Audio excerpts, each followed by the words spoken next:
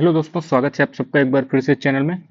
दोस्तों, इस वीडियो में हम एनवायरनमेंट एंड इकोलॉजी को यहाँ पर कवर करने वाले हैं। ये आपकी रिवीजन सीरीज है, आपको जानकारी होगी ही।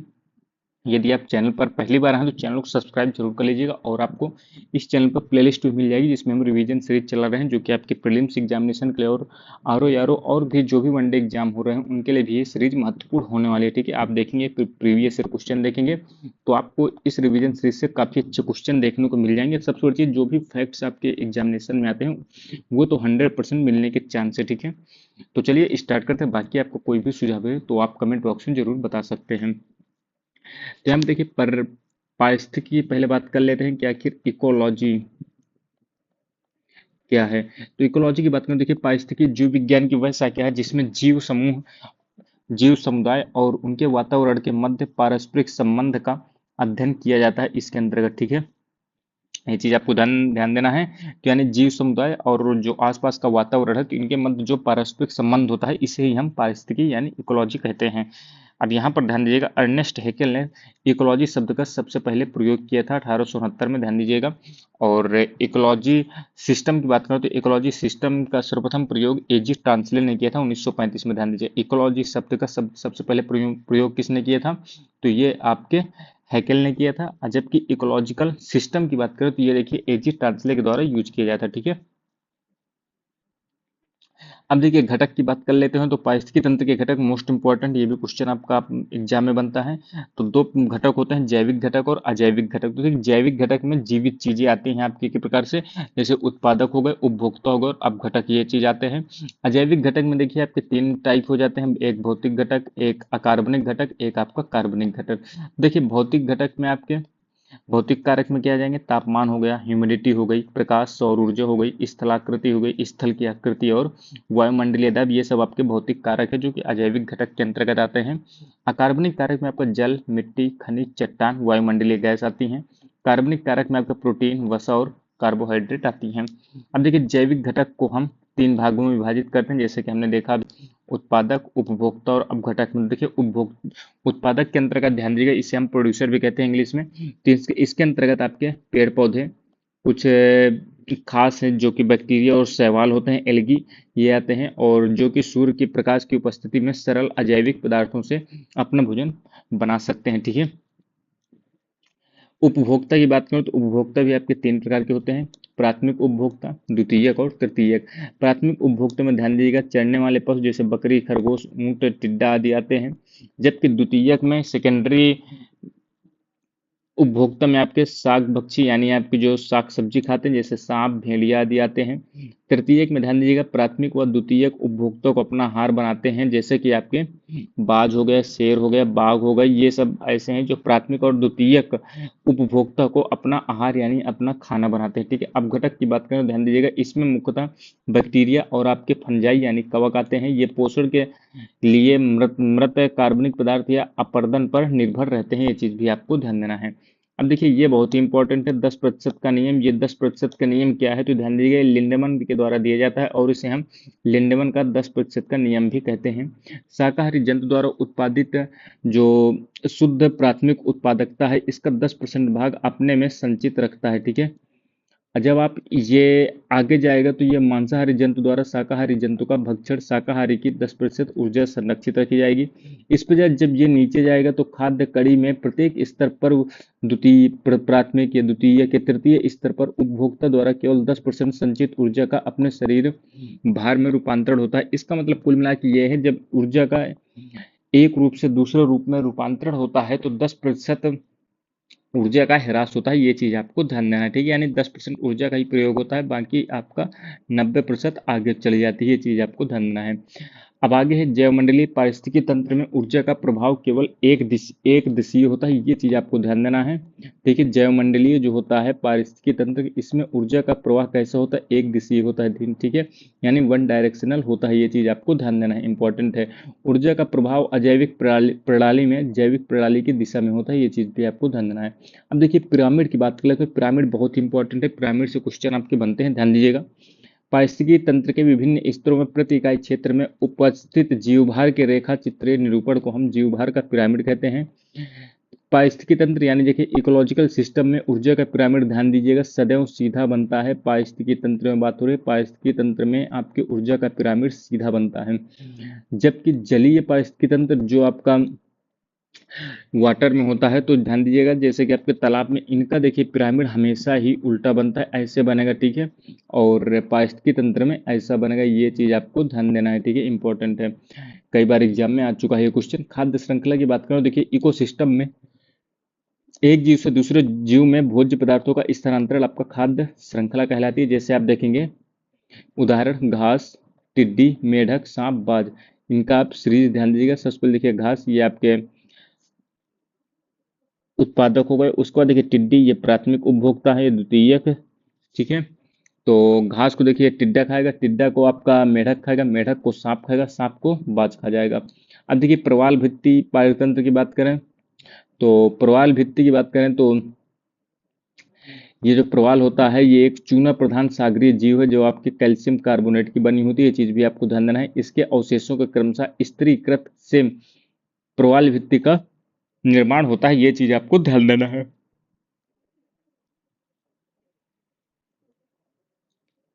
प्रवाल जो होती हैं, प्रवाल भित्तियां जो हैं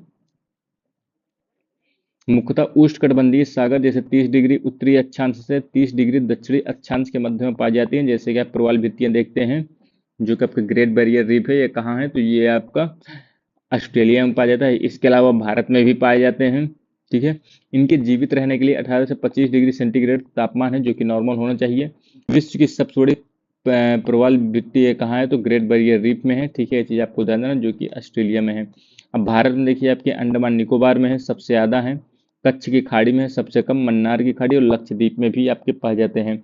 देखिए जैव विविधता एवं उनका संरक्षण की बात करें तो ध्यान दीजिएगा, जैव विविधता किसे कहते हैं, तो किसी भी प्राकृतिक प्रदेश में पाए जाने वाले जंगली तथा पालतू जीव जंतुओं एवं पादपों की प्रजातियों की बहुलता को जैव विविधता कहा जाता है, ठीक है, बायोडाइवर्सिटी।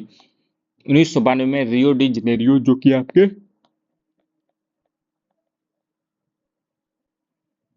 ब्राजील में है, यहाँ पर पृथ्वी सम्मेलन अर्थ समिट हुआ था, ठीक है, अर्थ समिट हुआ था। यहाँ पर जैव विविधता शब्द को परिभाषित किया गया था पहली बार, ठीक है। जैव विविधता का शब्द का सर्वप्रथम प्रयोग किसने किया, तो वाल्टर जी रोजन ने किया था, ये चीज आपको ध्यान देना। कब किया था, 1985 में किया था, ये चीज भी आपको ध्यान देना है।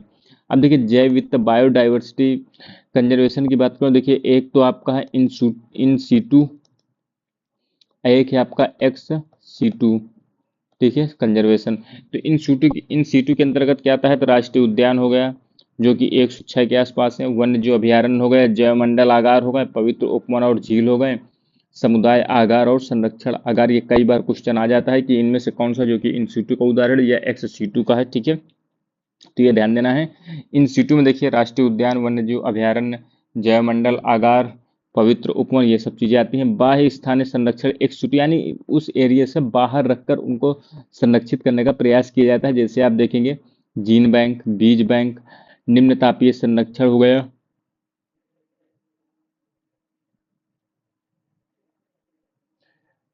और इसके अलावा वनस्पति उद्यान हो गया, वृक्ष उद्यान, जंतु उद्यान और चिड़ियाघर, ये सब चीजें हो गई, ठीक है। अब आगे बात करें, देखिए भारत में जीव जंतुओं के संरक्षण हेतु प्रयास देख लेते हैं, ये बहुत ही इंपॉर्टेंट है, मोस्ट इंपॉर्टेंट है, ये आपका मिलान करने को आ जाता है। तो देखिए कस्तूरी मृग परियोजना आपकी कब स्टार्ट होती है, 1970 में IUCN के सहयोग से। गैंडा परियोजना ध्यान दीजिएगा 1987 में। हंगुल परियोजना ध्यान दीजिएगा 1970 में। हंगुल आपका कहाँ पाया जाता है, तो उत्तराखंड में लगभग पाया जाता है ये। प्रोजेक्ट टाइगर मोस्ट इंपॉर्टेंट 1973 में। वर्तमान में 53 टाइगर रिजर्व है लगभग। प्रोजेक्ट एलिफेंट 1992 में 32 एलिफेंट रिजर्व हैं। हाथी मेरे साथी अभियान 2011 में। लाल पांडा परियोजना ध्यान दीजिएगा 1996 में WWF के सहयोग से, वर्ल्ड वाइल्ड लाइफ फंड से। हिम तेंदुआ परियोजना ध्यान दीजिएगा 2009 में। कस्तूरी मृग परियोजना 1970 में, अभी हमने देख लिया इसे। गिद्ध संरक्षण प्रोजेक्ट 2006 में। समुद्री कछुआ प्रोजेक्ट इंपॉर्टेंट है 1999 में, भारतीय वन्य जीव संस्थान देहरादून के द्वारा। गंगा डॉल्फिन मिशन चला था। इसके बाद मगरमच्छ संरक्षण प्रोजेक्ट भी चला था 1974 में, ठीक है। अब देखिए प्रमुख पर्यावरणीय अधिनियम देख लेते हैं, ये आपके लिए इंपॉर्टेंट, ये भी आपका क्वेश्चन बन जाता है। तो देखिए भारतीय वन अधिनियम कब आता है, 1927 में आता है। वन्य जीव सुरक्षा अधिनियम कब आता है? तो 1972 में आता है, इंपॉर्टेंट है। वन संरक्षण अधिनियम कब आता है? तो 1980 में आता है, ये चीज भी आपको ध्यान देना है, ठीक है। इसके बाद वायु प्रदूषण निवारण एवं नियंत्रण अधिनियम कब आता है? 1981 में। पर्यावरण सुरक्षा अधिनियम ये आपको 1981 में हो गया। जैव विविधता अधिनियम ये 2002 में आपका आता है, ठीक है। अब देखिए भारत में जैव विविधता हॉटस्पॉट क्षेत्र कितने हैं? तो 1 2 3 4 है, ठीक है। एक तो आपका हिमालय क्षेत्र है, इंडो बर्मा क्षेत्र हो गया, सुंदरलैंड हो गया जो कि ट्रिनकेट सहित नान काउरी द्वीप समूह ग्रेट निकोबार द्वीप में है, और पश्चिमी घाट एवं श्रीलंका का क्षेत्र भी हो गए। लगभग आपके 5 क्षेत्र है, ठीक है। अब देखिए रामसर कन्वेंशन की बात करें तो देखिए रामसर आपका एक तो स्थान है जो कि ईरान में स्थित है, और ये आर्द्र भूमियों के संरक्षण से संबंधित है। मुख्यालय इसका कहाँ है रामसर कन्वेंशन का? तो ग्लैंड स्विट्जरलैंड में है। ये कब हस्ताक्षरित होते हैं? 2 फरवरी 1971 में। विश्व आर्द्र भूमि दिवस 2 फरवरी को मनाया जाता है। भारत में 75 रामसर स्थल अब तो देखिए 82 के आसपास हो गए हैं, ठीक है। ये आपके बदलते रहते हैं, आप करंट अफेयर इसमें फॉलो करते रहेंगे तो आपको नंबर पता रहेगा। बाकी ये हर साल हर महीने लगभग जब भी नया जुड़ता है तो संख्या इसकी बदल जाती है।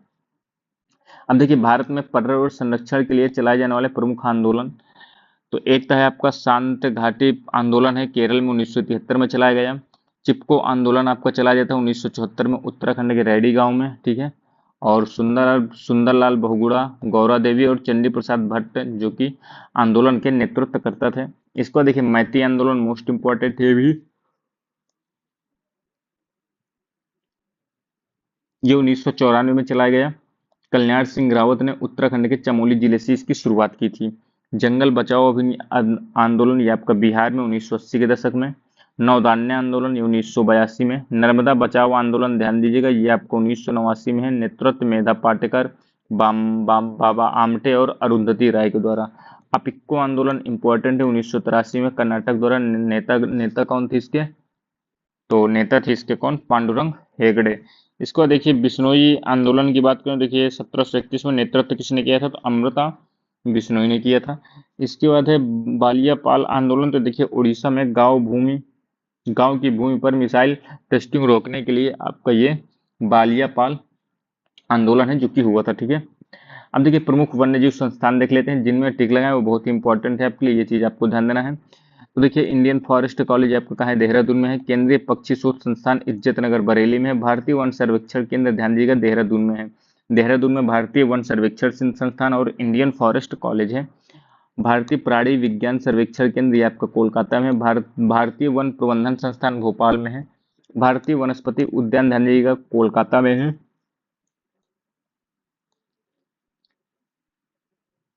सलीम अली पक्षी विज्ञान एवं प्राकृतिक इतिहास केंद्र आपके कोयम्बटूर में है। ये आपका नीरी है। राष्ट्रीय पर्यावरण अभियांत्रिकी अनुसंधान संस्थान नागपुर में मोस्ट इंपॉर्टेंट है। भारतीय वन्य जीव अनुसंधान संस्थान ये कहाँ है? तो देहरादून में है। इसके बाद ध्यान दीजिएगा भारतीय वन्य जीव संस्थान ये भी देहरादून में है, ठीक है।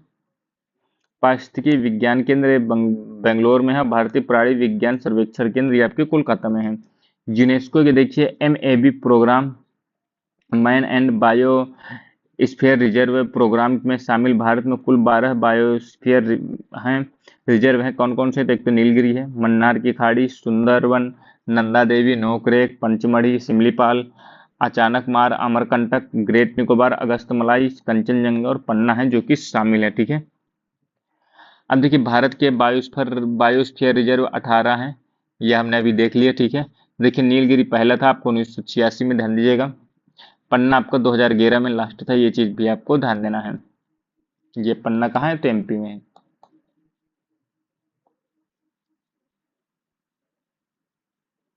देखिए भारत में टाइगर रिजर्व की सूची देख लेते हैं, ये भी इंपॉर्टेंट है। तो देखिए झारखंड में आपका पलामू पाया जाता है, ध्यान दीजिएगा। उत्तर प्रदेश में ध्यान दीजिएगा दुधवा, जिनमें टिकलांगा बहुत इंपॉर्टेंट है, दुधवा, पीलीभीत, रानीपुर, अमनगढ़। अमनगढ़ तो देखिए जिम कॉर्बेट का ही शेष भाग है। और रानीपुर आपके चित्रकूट में, ये चीज भी आपको ध्यान देना है। चौथा अभी नया ही बना है। उड़ीसा में सिमलीपाल, सतकोशिया ध्यान दीजिएगा। असम में आपका मानस, नामेरी, काजीरंग, ओरांग चारों ध्यान दीजिएगा। तमिलनाडु में सप्तमंगलम, अन्नामलाई, मुदुमलाई, ये चीज आपको ध्यान देना है। पश्चिम बंगाल में सुंदरवन और बुक्सा, ये ध्यान दीजिएगा। वाल्मीकि आपका बिहार में है। दंभा आपका ध्यान दीजिए मिजोरम में ही इंपॉर्टेंट है। राजस्थान में देखिए रणथंभौर, सरिस्का, मुकुंदरा हिल्स, रामगढ़, विषधारी है, ठीक है, ये चीज़ भी आपको ध्यान देना है। और छत्तीसगढ़ में आपको देखिए इंद्रावती है, उदंती सीता नदी है, ठीक है। अरुणाचल प्रदेश में नामदफा, पक्के, कमलांग हो गया। केरल में आपका पेरियार और आपका प्राम्बी कुलम हो जाएगा। तेलंगाना में आपका अमाराबाद, अमीराबाद और काबुल हो जाएगा। आंध्र प्रदेश में नागार्जुन सागर, श्रीशैलम हो जाएगा, इंपॉर्टेंट है। मध्य प्रदेश में पन्ना, कान्हा, पेंच, यहाँ पर देखिए पेंच अभयारण्य है, तो ये आपका कहाँ है, तो मध्य प्रदेश में। लेकिन यही यदि पेंच आपका नेशनल पार्क हो जाएगा तो ये आपका महाराष्ट्र में पहुंच जाएगा, ठीक है। संजय धुबरी होगा महाराष्ट्र में। देखिए आप मेलघाट, सह्याद्री पेंच देखिए यहाँ भी है।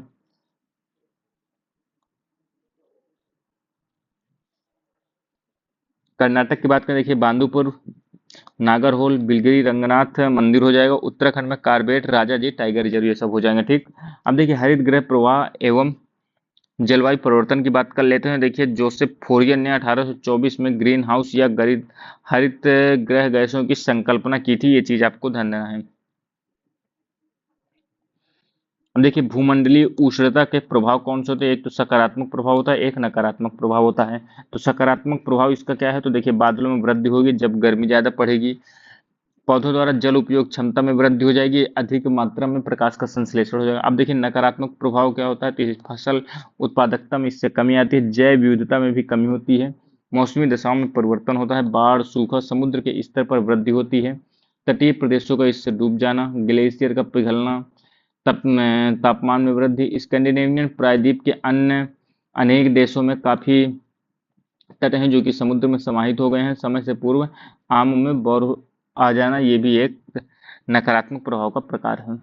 अब देखिए अम्लीय वर्षा कराने के लिए जिम्मेदार गैसें कौन कौन सी है। तो CO2, SO2, NOx यानी नाइट्रोजन ऑक्साइड और N2O नाइट्रस ऑक्साइड है, ठीक है। प्रभाव की बात करें तो अम्लीय वर्षा से देखिए त्वचा पर फोफोले पड़ जाते हैं किसी किसी को। ताजमहल के रंग में परिवर्तन आपको हो रहा है जो कि SO2 सल्फर डाइऑक्साइड के कारण हो रहा है। जलीय जीव जंतु का नुकसान होता है इससे।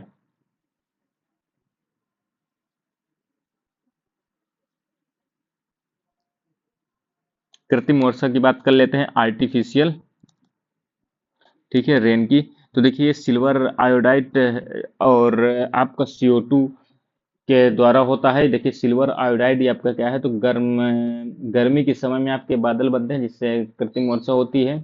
और शुष्क बर्फ जिसे हम CO2 भी कहते हैं। और एल्किल हैलाइड ये आपका देखिए शीत वर्षीय बादल है जो कि बनाने का काम करते हैं, ठीक है। देखिए ओजोन परत की बात कर लेते हैं, तो ओजोन लेयर देखिए पृथ्वी के वायुमंडल में समताप मंडल स्ट्रेटोस्फीयर में पाई जाती है, ठीक है। प्राकृतिक ओजोन गैस एक मेखला है जो कि सूर्य द्वारा उत्सर्जित हानिकारक पराबैंगनी किरणों से हमें हमारी रक्षा करती है, ठीक है। ओजोन एक प्राकृतिक गैस है जिसका सूत्र क्या है, तो O3 है, ठीक है, रासायनिक सूत्र। ओजोन का अधिकांश भाग जो 90% लगभग कहाँ पाया जाता है, उस समताप मंडल में पाया जाता है। और क्षोभ मंडल में आपको देखिए ओजोन का शेष भाग 10% पाया जाता है। तो क्षोभ मंडल में जो आपके 10% ओजोन पाई जाती है ये काफी ज्यादा नुकसानदायक होती है, ठीक है। और ये वायु को प्रदूषित करने का काम करती है और स्मॉग के निर्माण में मदद करती है। इसलिए क्षोभ मंडल में ओजोन का होना एक हानिकारक का कारण बन सकता है, ठीक है। वायुमंडलीय ओजोन का मापन कैसे करते हैं, तो डॉप्सन से करते हैं, ठीक है। इसे डॉप्सन यूनिट से भी व्यक्त किया जाता है। एक डॉप्सन यूनिट शुद्ध ओजोन की मोटाई 0.01 मिलीमीटर के बराबर होती है, ठीक है। अब देखिए ओजोन के विघटनकारी पदार्थ की बात करें तो कौन कौन से थे। एक तो आपका क्लोरोफ्लोरोकार्बन हो गया, CFC जिसे हम कहते हैं। और हाइड्रोक्लोरोफ्लोरोकार्बन जिसे हम HCFC कहते हैं। हैलोजेंस हो गए, नाइट्रस ऑक्साइड हो गए, ट्राइक्लोरोएथिलीन हो गए और आपके हैलोन हो जाएगा, ठीक है। ये ओजोन के विघटनकारी पदार्थ हैं। ओजोन क्षरण हेतु जिम्मेदार पदार्थों में सबसे मुख्य आपका CFC है। CFC का निर्माण आपके कहे से होता है, तो क्लोरीन, फ्लोरीन और कार्बन से होता है।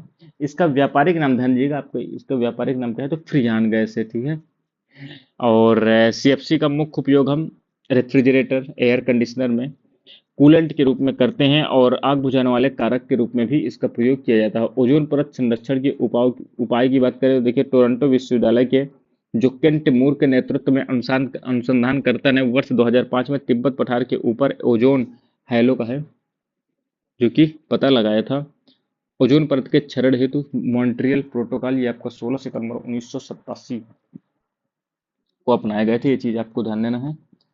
और 1989 से है जो कि ये प्रभावी होता है। और 16 सितंबर को ही आपका ओजोन डे भी मनाया जाता है, ये चीज़ भी आपको ध्यान देना है।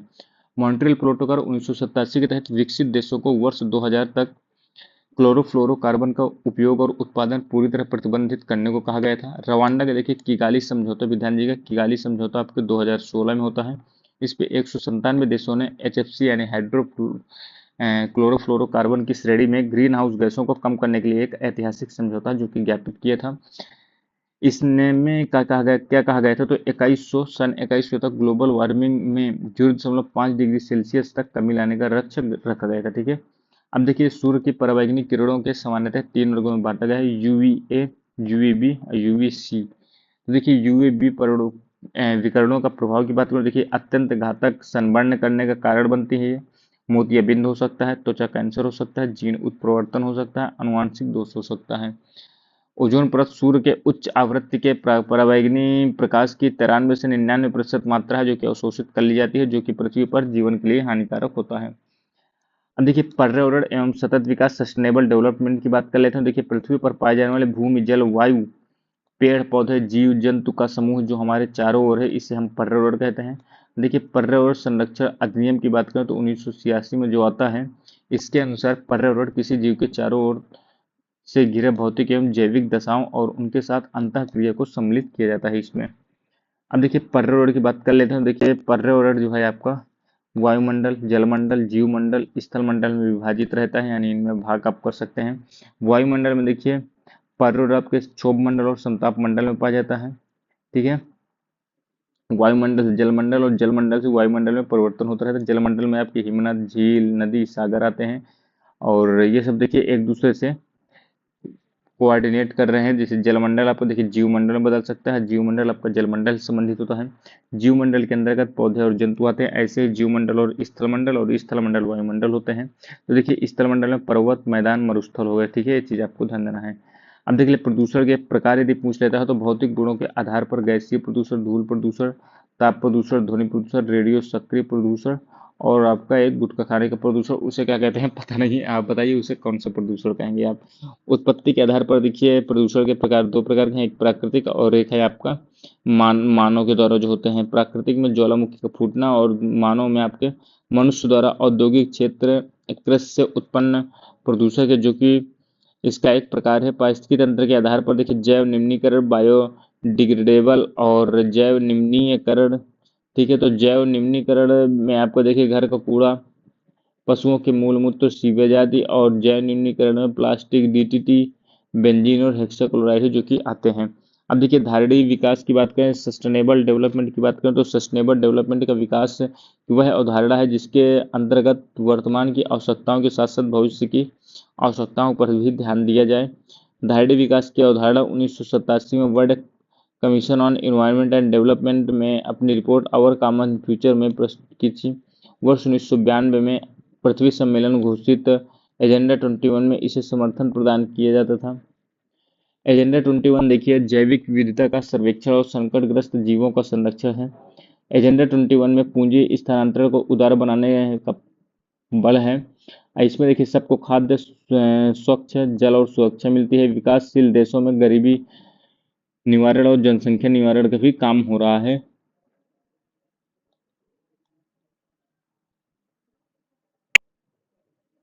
सस्टेनेबल डेवलपमेंट या आपका धारणीय विकास, इसकी अवधारणा सर्वप्रथम किसने प्रतिपादित की थी, ध्यान दीजिएगा, ब्रेटलैंड 1987 में। संयुक्त राष्ट्र संघ ने 17 सतत विकास लक्ष्यों का निर्धारण किया है जो कि 2030 तक प्राप्त करने का लक्ष्य भी रखा गया है। अब देखिए 17 SDG गोल्स की बात करो, देखिए पहला तो आपका है नो पॉवर्टी, दूसरा नो हंगर और तीसरा है स्वास्थ्य और सुरक्षा, चौथा है आपका देखिए गुणवत्तापूर्ण शिक्षा, लैंगिक समानता। आपका देखिए ये तो 1 2 3 4, पांचवा आपका क्या है, लैंगिक समानता। छठवां ध्यान दीजिएगा जल एवं स्वच्छता इंपॉर्टेंट है। सातवां किफायती एवं स्वच्छ ऊर्जा। इसको देखिए नौवां ध्यान दीजिएगा, ये इसमें उद्योग, नवाचार और बुनियादी ढांचे का प्रयोग विकास की बात की गई है। 10वां आपको देखिए असमानताओं में कमी दिखाता है। 11वां सर्वहनीय शहरी एवं सामुदायिक विकास। इसको देखिए 13वां इंपॉर्टेंट है, इसमें आपका जलवायु की कार्यवाही आती है। 14 ध्यान दीजिएगा जलीय जीवों की सुरक्षा से संबंधित है। 15वां स्थलीय जीवों की सुरक्षा से संबंधित है। 16वां ध्यान दीजिएगा शांति न्याय और सशक्त संस्थाएं इससे संबंधित है। और 17वां क्या है, लक्ष्यों के लिए भागीदारी करने की बात ये करता है। अब देखिए प्राथमिक प्रदूषक की बात करें, देखिए प्राथमिक प्रदूषक में आपके मानवीय क्रियाकलापों से जो आपके प्रदूषण होता है वो इसका एक प्रकार है। अब देखिए इसके अंतर्गत एग्जाम्पल देखें तो कार्बन मोनोऑक्साइड बहुत ही खतरनाक है, nitric oxide NO, sulphur dioxide SO2, ammonia आपका NH3, कार्बन डाइऑक्साइड CO2, ठीक है, और नाइट्रोजन डाइऑक्साइड NO2। अब देखिए द्वितीयक प्रदूषक जो है आपका सेकेंडरी पॉल्यूटेंट, इसमें देखिए आपका विद्युत चुम्बकीय विकिरणों के प्रभाव के अधीन प्राथमिक प्रदूषक तथा सामान्य वायुमंडलीय यौगिकों के बीच रासायनिक अभिक्रियाओं के परिणाम स्वरूप होता है।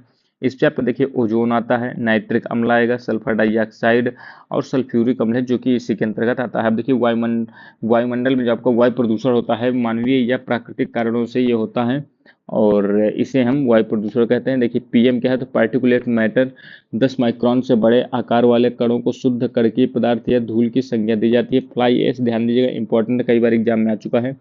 फ्लाई एश एक ऐसा सूक्ष्म पाउडर है जो कि वायु के साथ काफी दूर तक यात्रा करता है। इसका उत्सर्जन मुख्यतः कोयला आधारित ताप विद्युत घरों में होता है। इसमें सीसा, कोबाल्ट, आर्सेनिक, कॉपर आदि नुकसानदेह पदार्थ होते हैं जिनमें श्वसन तंत्र संबंधी रोग होता है तथा प्रकाश संश्लेषण को ये बाधित करता है। देखिए निलंबित कणकीय पदार्थ SPM, तो इसे आप छोड़ भी सकते हैं, इंपॉर्टेंट नहीं है उतना। कार्बन मोनोऑक्साइड ध्यान दीजिएगा, ये आपको देखिए सभी वायु प्रदूषकों के 50% भाग का प्रतिनिधित्व अकेले यही करता है। इसे हम क्या कहते हैं, इसे हम दम घोटू गैस भी कहते हैं, ठीक है। मीथेन की बात करें, देखिए धान के खेत में आपका यही गैस निकलती है और घरेलू पशु वातावरण में जो मीथेन है उसका भी उत्सर्जन जीव जंतुओं के कारण होता है। राष्ट्रीय वायु गुणवत्ता सूचकांक की बात करें, देखिए नेशनल एयर क्वालिटी इंडेक्स की बात करें, देखिए प्रधानमंत्री ने 6 अप्रैल 2015 को राष्ट्रीय वायु गुणवत्ता सूचकांक है जो कि AQI का शुभारंभ किया था। AQI में देखिए आपके 8 प्रदूषकों को शामिल किया गया था, ठीक है, ये चीज आपको ध्यान देना है। इसके अंतर्गत PM2.5 और PM10 हो गया और इसके अलावा nitrogen oxide, ozone, carbon monoxide, sulphur dioxide, ammonia, lead है, ये जो कि आपके 8 प्रदूषक यही शामिल है, ठीक है। आप AQI इंडेक्स में देखिए इसके अंतर्गत आप देखेंगे तो यदि अच्छा है तो देखिए हरा दिखेगा, संतोषजनक में आपका हल्का हरा, ठीक है, गंभीर में देखिए गहरा लाल, अति में आपका तो लाल ही हो जाएगा, ठीक है, अति खराब में। अब देखिए जल प्रदूषण की बात कर ले तो जल प्रदूषण जल की गुणवत्ता को कम करने के लिए कम करने वाले तत्वों को हम जल प्रदूषक कहते हैं, ठीक है। सामान्य रूप से जल की गुणवत्ता का निर्धारण कैसे होता है, तो बायोलॉजिकल ऑक्सीजन डिमांड जिसे हम BOD कहते हैं, ठीक है। रासायनिक ऑक्सीजन डिमांड जिसे केमिकल ऑक्सीजन डिमांड की बात करें तो इसमें घुली ऑक्सीजन डिजॉल्व्ड वाटर तथा पीएच मान के आधार पर किया जाता है। देखिए जैविक ऑक्सीजन मांग की बात करें तो बायोलॉजिकल ऑक्सीजन डिमांड, तो परीक्षण जल में उपस्थित जैव ऑक्सीकरणीय कार्बनिक पदार्थों की मात्रा का आकलन करता है, ठीक है, ये चीज आपको ध्यान देना है। जल प्रदूषण के कारण ध्यान दीजिएगा क्या होता है, तो हैजा, तपेदिक, पीलिया, अतिसार, मियादी ज्वर, पैराटाइफाइड, पेचिस आदि है रोग जो कि जल प्रदूषण से होते हैं। एस्बेस्टास से रेशों से युक्त जल के सेवन से एस्बेस्टियस फेफड़ों के कलर का रंग जो है कैंसर का रूप है जो कि एक रोग हो जाता है। ये पारा युक्त जल पीने से मिनीमाता रोग होता है।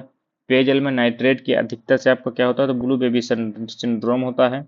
और कैडमियम की अधिकता से क्या होता है, तो ये ध्यान दीजिएगा कैडमियम की अधिकता से इटाई इटाई रोग होता है, ठीक है। नौकनी संरक्षण एक कहे कार्य होता है, फ्लोराइड के प्रदूषण से होता है, ठीक है।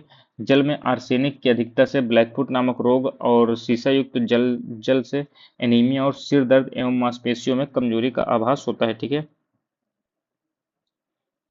आगे बात करें इसमें ध्वनि प्रदूषण की बात करें, देखिए ये आपके लिए इंपॉर्टेंट है। ध्वनि की तीव्रता का मापन डेसिबल से होता है। 20 डेसिबल बहुत ही बार एग्जाम में आ चुका, पत्तियों की सरसराहट ये बताता है। 30 डेसिबल में ही आपके फुसफुसाहट वाली बातें कर लेते हैं चुपके से। इसको देखिए शांत कमरे में की ध्वनि 40 डेसिबल, सामान्य बातचीत 60 डेसिबल के आसपास। इसको देखिए रॉकेट इंजन की ध्यान दीजिए 180 डेसिबल और 150 डेसिबल आपके जेट प्लेन की लैंडिंग से संबंधित है।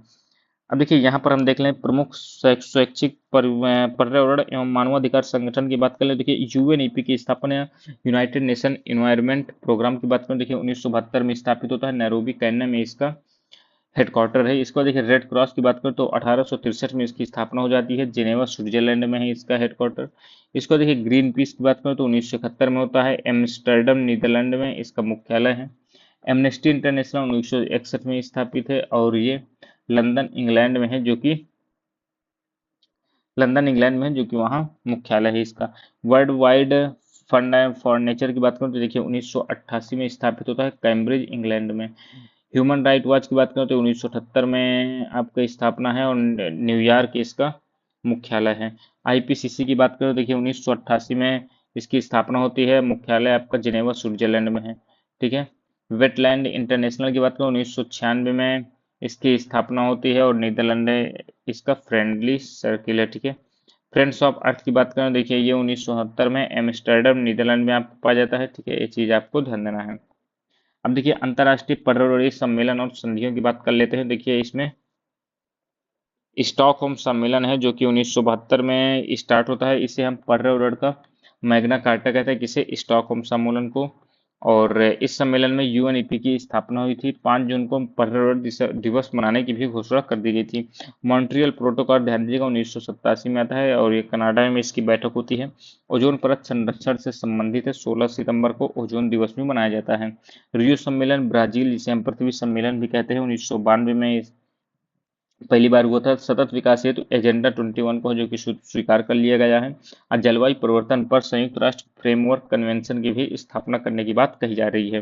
अब देखिए क्योटो प्रोटोकॉल की बात करें तो देखिए ये आपको ग्रीन हाउस गैसों के उत्सर्जन में कटौती करके भूमंडलीय ताप को कम करने के लिए है। 1990 के स्तर में 5.2% की कटौती करने का लक्ष्य आपका रखा गया है। जोहानिसबर्ग की बात करें देखिए रियो +10 और पृथ्वी +10 है। तो देखिए द्वितीय पृथ्वी सम्मेलन इसमें तो आपको जाते हैं। ठीक है। और गरीबी उन्मूलन हेतु विश्व एकजुटता कोष की स्थापना पर सहमति बनती है। सतत विकास पर भी बल दिया जाता है। कानकुन सम्मेलन ध्यान दीजिएगा 2010 में होता है। ये $100 अरब से हरित जलवायु कोष, जिसे हम ग्रीन क्लाइमेट फंड कहते हैं, इसको स्थापित करने का लक्ष्य लिया गया है। रियो +20 सम्मेलन जो कि ब्राजील में है, तो ये पृथ्वी +20 सम्मेलन है। द फ्यूचर वी वांट का मसौदा इसमें तैयार किया गया है। जीरो हंगर चैलेंज, सभी व्यक्तियों को प्रतिवर्ष आवश्यक खाद्य सुरक्षा उपलब्ध कराने की बात कही गई है। अब देखिए पर्यावरणीय पुरस्कार देख लेते हैं। देखिए टॉयलर पुरस्कार इम्पोर्टेंट 1973 में स्थापित हुआ है और कैलिफोर्निया इस यूनिवर्सिटी में मिलता है। ठीक है। गोल्डमैन पुरस्कार की बात करें तो 1989 में होता है और गोल्डमैन फाउंडेशन के द्वारा ये स्थापित किया गया है। इसके बाद देखिए ग्लोबल 500 पुरस्कार की बात करें तो ये आपको देखिए 1987 में यूनाइटेड नेशन इन्वायरमेंट प्रोग्राम द्वारा ये शुरू किया गया था। इसके बाद देखिए क्या है, राजीव गांधी वन्यजीव पुरस्कार, ये आपको देखिए पर्यावरण एवं वन मंत्रालय भारत सरकार द्वारा रिलीज की गई है। ठीक है, ये चीज आपको ध्यान देना है। तो ये दोस्तों इंपॉर्टेंट वीडियो थी, उम्मीद है आपको पसंद आई होगी। अगले वीडियो से हम भारतीय अर्थव्यवस्था यानी इकोनॉमिक्स को जो कि है देखने वाले हैं। ठीक है। बाकी आप अपना सुझाव जरूर कमेंट बॉक्स में दीजिए। मिलते हैं अगली वीडियो में, तब तक के लिए दोस्तों धन्यवाद। जय हिंद।